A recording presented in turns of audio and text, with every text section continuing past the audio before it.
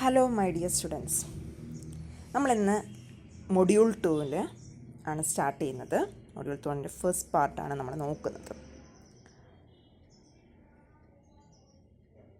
If you have any doubts please message me personally. Okay, ശരി. അപ്പം module 2 എന്ന് പറയുന്നത് ecology and ecosystem, biodiversity and it's conservation and natural resources. ഇതാണ് നമ്മുടെ ചാപ്റ്ററിൻ്റെ പേര്. ഒരു ലെങ്തി ചാപ്റ്ററാണ്. എൻവയോൺമെൻറ്റൽ സ്റ്റഡീസിലെ ഏറ്റവും ലെങ്തി ആയിട്ടുള്ളൊരു ചാപ്റ്ററുമാണ്, ഏറ്റവും ഇമ്പോർട്ടൻറ്റ് ചാപ്റ്ററാണ്, ഏറ്റവും കൂടുതൽ ക്വസ്റ്റ്യൻസ് വരുന്ന ചാപ്റ്ററുമാണ് ഈ മൊഡ്യൂൾ 2 എന്ന് പറയുന്നത്. സോ അപ്പം നമുക്ക് തുടങ്ങാം.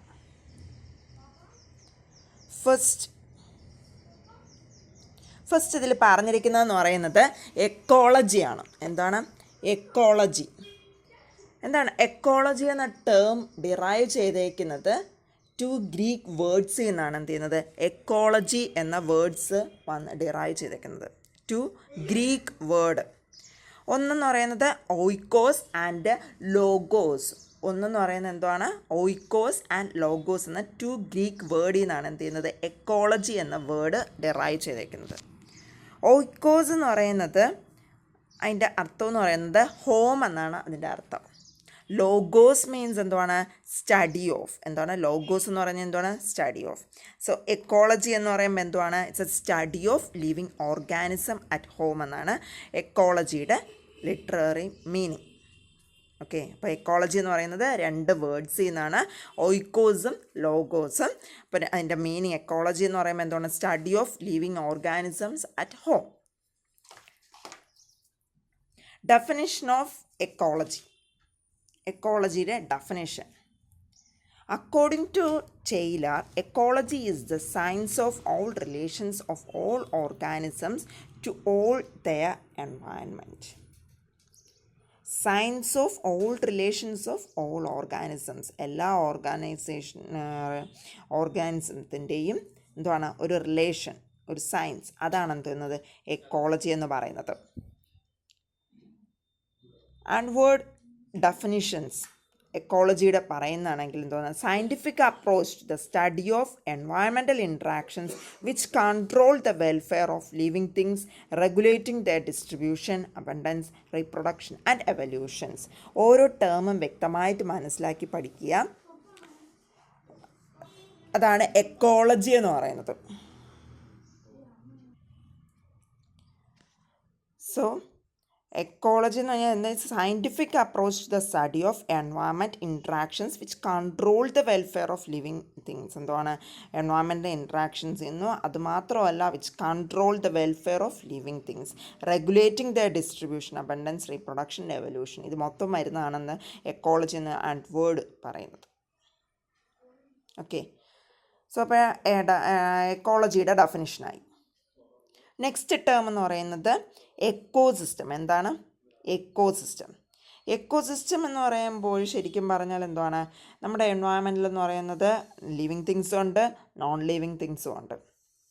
അതായത് ലിവിങ് തിങ്സ് എന്ന് പറയുമ്പോൾ എന്താ പറയുക? അവരുടെ ലൈഫ് സൈക്കിൾ, അവർ ബർത്തിൽ നിന്ന് സ്റ്റാർട്ട് ചെയ്യുന്നു, ഡെത്തിൽ എൻഡ് ചെയ്യുന്നു.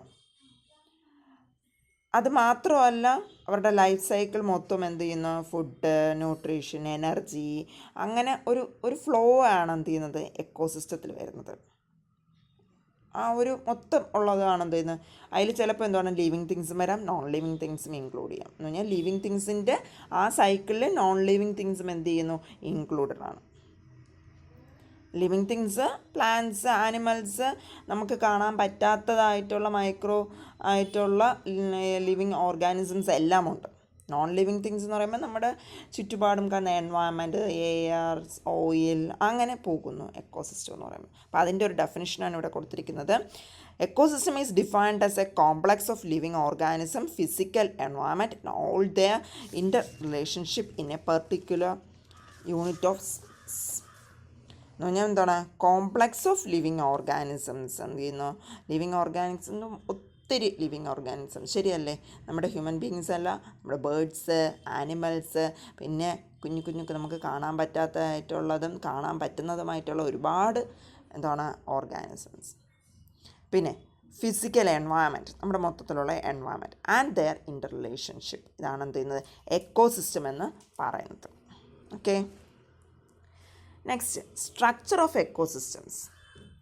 സ്ട്രക്ചർ എന്ന് പറയുമ്പോൾ എന്തുവാണ്, compositional aspect of the biotic community.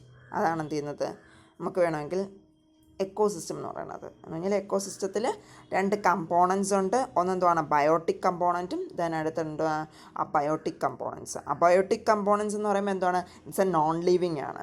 Biotic components എന്ന് ലിവിങ് ആണ്. ഓക്കെ, ലിവിങ് ഓർഗാനിസത്തിനെ വിളിക്കുന്ന വേറൊരു പേരാണ് എന്തോന്ന്, ബയോട്ടിക് എന്ന്.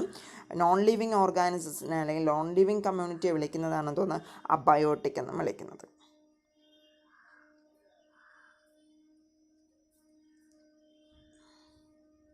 So biotic ecosystem. Biotic ecosystem എന്ന് പറഞ്ഞാൽ എന്താണ്, അത് നോൺ ലിവിങ് ആണെന്ന് നമ്മൾ ഓൾറെഡി പറഞ്ഞു കഴിഞ്ഞു. അതിലെന്തൊക്കെയാണ്, അല്ലെങ്കിൽ ഫിസിക്കൽ എൻവയൺമെൻ്റ് എന്ന് പറയും. ഇനി produce ecosystem from the abiotic components. Biotic components എന്ന് വരുന്നതാണ്. ഇതെന്തൊക്കെ വരുമെന്ന് വെച്ചാൽ soil, water, land, air, minerals, light, climate etcetera. അതിലൊരു ചെറിയ മിസ്റ്റേക്ക് പറ്റിയിട്ടുണ്ട്, സോറി. ദെൻ അടുത്ത abiotic components are classified into എന്താണ്, ഫിസിക്കലെന്നും കെമിക്കൽ എന്താണ് കോൺസ്റ്റിറ്റ്യൂട്ട് ചെയ്തിട്ടുണ്ട്. ഫിസിക്കൽ എന്ന് പറയുമ്പോൾ നമുക്ക് എന്താണ്, സോയില്, ടെമ്പറേച്ചർ, ലൈറ്റ്, വാട്ടർ, അതൊക്കെയാണ് തോന്നുന്നത് ഫിസിക്കൽ.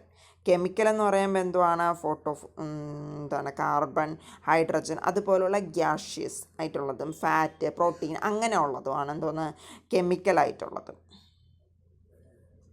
ഫോസ്ഫറസ്, കാർബൺ, ഹൈഡ്രജൻ അങ്ങനെ പോകുന്നു. ഇതാണ് ഫിസിക്കൽ കമ്പോണൻറ്റും ദെൻ കെമിക്കൽ കമ്പോണൻറ്റുമായിട്ട് അബയോട്ടിക് എക്കോസിസ്റ്റത്തിൽ പറയുന്നത്. ദെൻ അടുത്ത ബയോട്ടിക് എക്കോസിസ്റ്റത്തിൽ പറയുന്നത് ദ ലിവിങ് ഓർഗാനിസംസ്. അതാണ് എന്ത് ചെയ്യുന്നത്, അതിലെന്തൊക്കെ വരും, പ്ലാന്റ്സ്, ആനിമൽസ്, മൈക്രോ ഓർഗാനിസംസ് അങ്ങനെ പോകുന്നു. അതിൽ തന്നെ ബാക്ടീരിയ, ഫംഗൈ അങ്ങനെ പോകുന്നു, ഒരുപാട്. അതാണ് എന്ത് ചെയ്യുന്നത്, ബയോട്ടിക് കമ്പോണൻസ്. ഇവരുടെ റോളിനെ ബേസ് ചെയ്ത് നമുക്ക് എന്ത് ചെയ്യാം, ബയോട്ടിക് കമ്പോണൻസിനെ 3ആയിട്ട് ക്ലാസിഫൈ ചെയ്യാം. ഓക്കെ, ഇവരുടെ റോളിനെ ബേസ് ചെയ്ത് എന്ത് ചെയ്യുന്നു, ബയോട്ടിക് കമ്പോണൻസിനെ 3ആയിട്ട് ക്ലാസിഫൈ ചെയ്യുന്നു. പ്രൊഡ്യൂസേഴ്സ്, കൺസ്യൂമേഴ്സ് ആൻഡ് ഡീകമ്പോസേഴ്സ് അല്ലെങ്കിൽ റെഡ്യൂസേഴ്സ് എന്ന് പറയും. ഓക്കെ, ഇപ്പോൾ പ്രൊഡ്യൂസേഴ്സ്, കൺസ്യൂമേഴ്സ് ആൻഡ് ഡീകമ്പോസേഴ്സ് അല്ലെങ്കിൽ റെഡ്യൂസേഴ്സ്. അപ്പോൾ ഇന്നത്തെ ക്ലാസ്സിൽ ഇത്രയും ഒരു ബേസിക് ആയിട്ടുള്ള കാര്യങ്ങളാണ് പറഞ്ഞിരിക്കുന്നത്. എന്തൊക്കെ നമ്മൾ പഠിച്ചു, എക്കോളജി പഠിച്ചു, എക്കോസിസ്റ്റം പഠിച്ചു, അബയോട്ടിക് ആൻഡ് ബയോട്ടിക് എക്കോസിസ്റ്റംസ് ഇത്രയും പഠിച്ചു. Thank you.